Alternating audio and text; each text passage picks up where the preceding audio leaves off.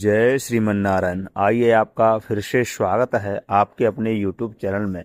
आज आप सुनेंगे विष्णु पुराण के तीसरे अंश में 7वें अध्याय की कथा। अगर आपने अभी तक पिछले अध्यायों की कथा नहीं सुनी है तो कृपा करके अवश्य सुने। हमारे YouTube चैनल पर विष्णु पुराण अंश 1, विष्णु पुराण अंश 2 और विष्णु पुराण अंश 3 के नाम से प्लेलिस्ट तैयार कर दी गई है। वहां पर आपको पिछले सभी अध्यायों की कथा सुनने के लिए मिल जाएगी।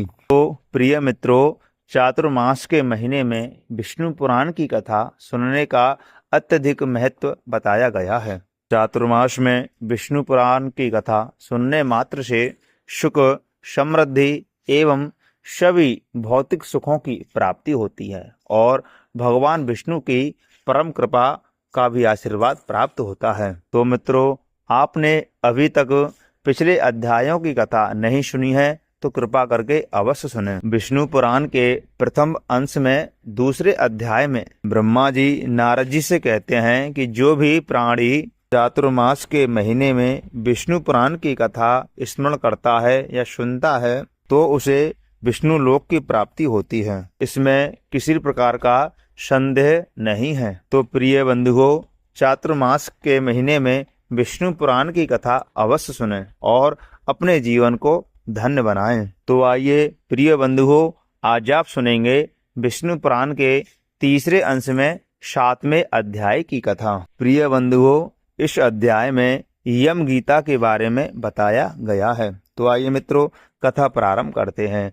बोलिए विष्णु भगवान की जय, लक्ष्मी नारायण भगवान की जय, सर्व देवी देवतान की जय। श्री मैत्रेय जी बोले, हे गुरु, मैंने जो कुछ पूछा था वह सब आपने यथावत वर्णन किया।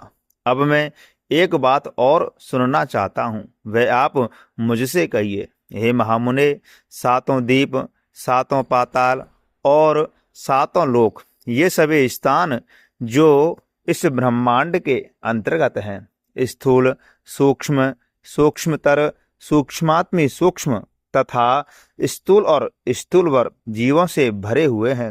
हे मुनि सत्तमा, 1 अंगुल का 8वां भाग भी कोई ऐसा स्थान नहीं है जहाँ कर्म बंधन से बंधे हुए जीव न रहते हों। किंतु हे भगवान, आयु के समाप्त होने पर ये सभी यमराज के वशीभूत हो जाते हैं और उन्हीं के आदेशानुसार नरक आदि नाना प्रकार की यातनाएं भोगते हैं।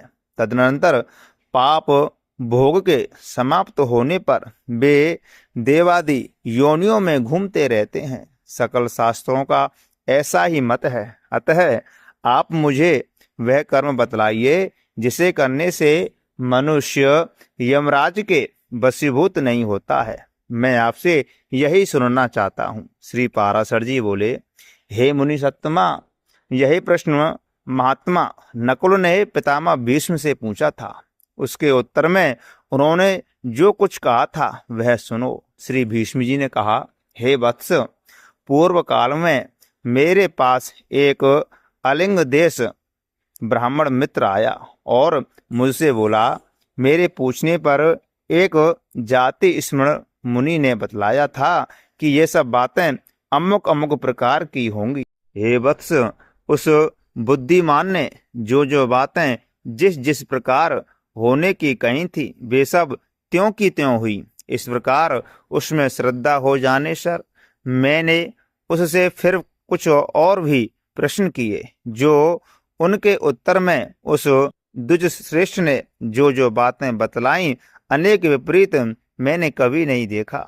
एक दिन जो बात तुम मुझसे पूछते हो वही मैंने उस आलिंग ब्राह्मण से पूछी। उस समय उसने उस मुनि के वचनों को याद करके कहा कि उस जाति स्मर ब्राह्मण ने यम और उनके दूतों के बीच में जो संवाद हुआ था वह अति गूढ़ रहस्य मुझे सुनाया था, वही मैं तुमसे कहता हूँ।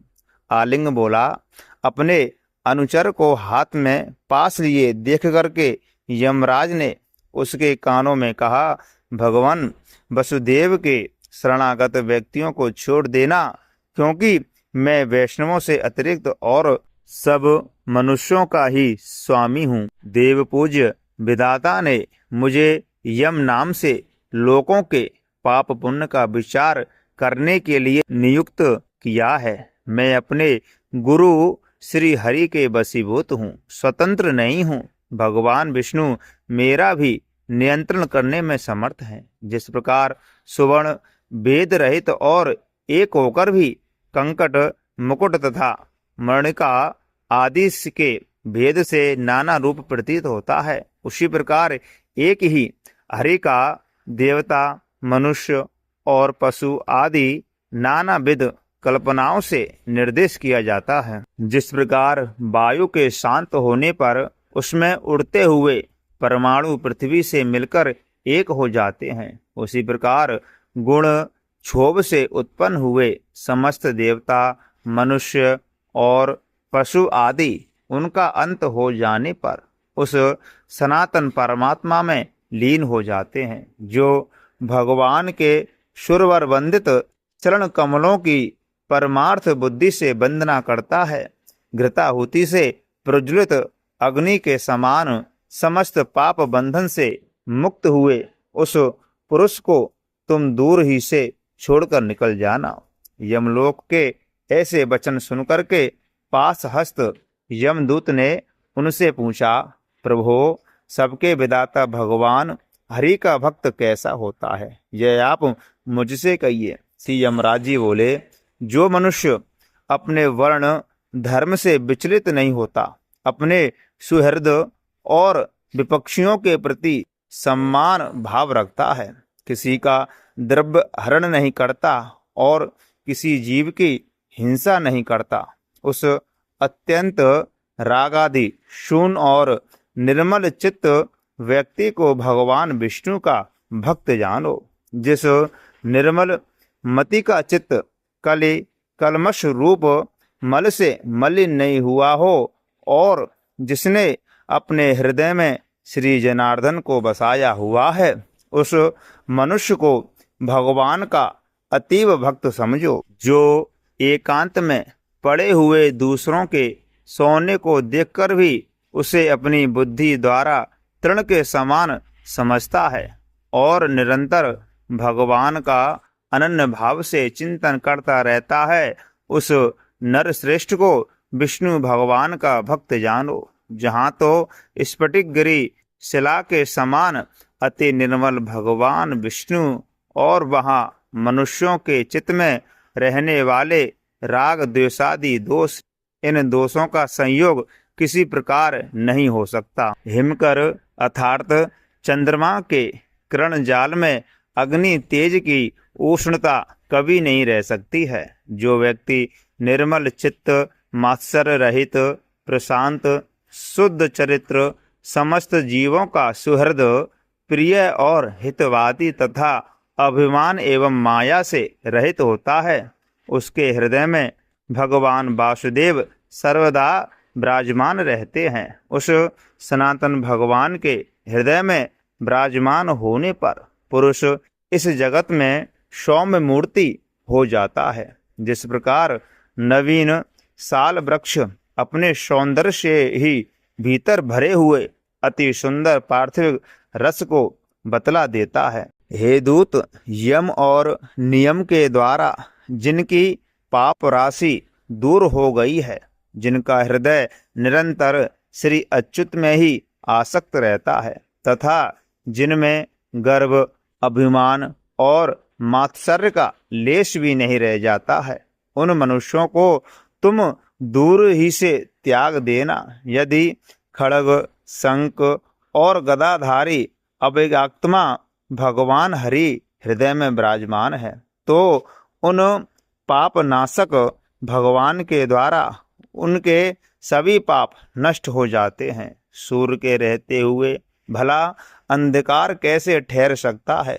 जो पुरुष दूसरों का धन हरण करता है, जीवों की हिंसा करता है तथा मिथ्या और कटु भाषण करता है, उस अशुभ कर्मोन्मत्त दुष्ट बुद्धि के हृदय में भगवान अनंत नहीं टिक सकते हैं। जो कुमति दूसरों के वैभव को नहीं देख सकता, जो दूसरों की निंदा करता रहता है, साधु जनों का अपकार करता है तथा संपन्न होकर भी ना तो श्री विष्णु भगवान की पूजा ही करता है और ना उनके भक्तों को दान ही देता है, उस अधम के हृदय में श्री जनार्दन का निवास कभी नहीं हो सकता। और जो ब्राह्मण भक्त नहीं होता, ब्राह्मण के प्रति सम्मान नहीं रखता, वह भगवान का सपने में भी भक्त नहीं हो सकता है। जो दुष्ट बुद्धि अपने परम सुहृद बंधु बांधव, स्त्री, पुत्र, कन्या, पिता तथा भृत्य वर्ग के प्रति अर्थ तृष्णा प्रकट करता है, उस पापाचारी को भगवान का भक्त मत समझो। जो दुर्बुद्धि पुरुष असत कर्मों में लगा रहता है, नीच पुरुषों के आचार और उन्हीं के संग में उन्मत्त रहता है तथा नित्य प्रति पाप में कर्म बंधन से ही बंधता जाता है, वह मनुष्य रूप पशु ही है, पशु के समान है, वह भगवान वासुदेव का भक्त नहीं हो सकता। यह सकल प्रपंच और मैं एक परम पुरुष परमेश्वर वासुदेव ही हूँ। हृदय में भगवान अनंत के स्थित होने से जिनकी ऐसी स्थिर बुद्धि हो गई हो, उन्हें तुम दूर ही से छोड़ करके चले जाना। हे कमलनयन, हे वासुदेव, हे विष्णु, हे जनार्दन, हे अच्युत, हे शंख चक्र पाणे, आप हमें शरण दीजिए। जो लोग इस प्रकार पुकारते हों, उन निष्पाप व्यक्तियों को तुम दूर से ही त्याग देना, उनको दूर से ही प्रणाम कर लेना। जिस पुरुष श्रेष्ठ के अंतःकरण में वे अवज्ञात्मा भगवान विराजते हैं, उनका जहाँ तक दृष्टिपात होता है, वहाँ तक भगवान के चक्र के प्रभाव से अपने बल वीर नष्ट हो जाने के कारण तुम्हारी अथवा मेरी गति नहीं हो सकती। वह महापुरुष जो अन्य वैकुंठ आदि लोकों का पात्र है। कालिंग बोला, हे कुरुवर, अपने दूतों को शिक्षा देने के लिए शूरपुत्र धर्मराज ने उनसे इस प्रकार कहा। मुझसे यह प्रसंग उस जाति स्मर मुनि ने कहा था और मैंने यह संपूर्ण कथा तुमको सुना दी है। श्री भीष्म जी बोले, हे नकुल, पूर्व काल में कलिंग देश से आए हुए उस महात्मा ब्राह्मण ने प्रसन्न होकर के मुझे यह सब विषय सुनाया था। हे वत्स्य, वही संपूर्ण वृत्तांत जिस प्रकार की इस संसार सागर में एक विष्णु भगवान को छोड़कर जीव का और कोई भी रक्षक नहीं है, मैंने ज्यों का त्यों तुम्हें सुना दिया है। जिसका हृदय निरंतर भगवत परायण रहता है, उसका यमदूत, यमपास, यमदंड तथा यम यातना कुछ भी नहीं बिगाड़ सकते हैं। श्री पाराशर जी बोले, हे मुने, तुम्हारे प्रश्न के अनुसार जो कुछ यम ने कहा था वह सब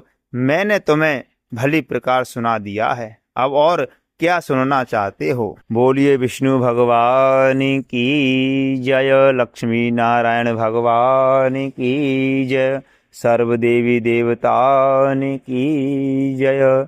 प्रिय मित्रों, अभी आपने विष्णु पुराण के तीसरे अंश में 7वें अध्याय की कथा श्रवण की। मित्रों, आपने अभी तक वीडियो को लाइक नहीं किया है तो लाइक कर लें और वीडियो को ज़रूरतमंद लोगों के पास अवश्य शेयर करें। और आपने अभी तक हमारे चैनल को सब्सक्राइब नहीं किया है तो प्रिय भैया सभी लोग सब्सक्राइब अवश्य कर लें। प्रिय बंधुओं, हमारे YouTube चैनल पर विष्णु पुराण के सभी अंशों की, सभी अध्यायों की कथा क्रमशः सुनाई जाएगी।